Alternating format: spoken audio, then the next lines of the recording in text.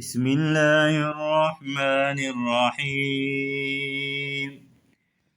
اللهم رب جبرائيل وميكائيل وإسرافيل ومحمد صلى الله عليه وسلم، أعوذ بك من النار.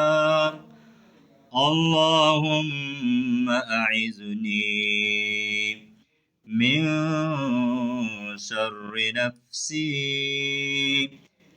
اللهم إني أعوذ بك من شر كله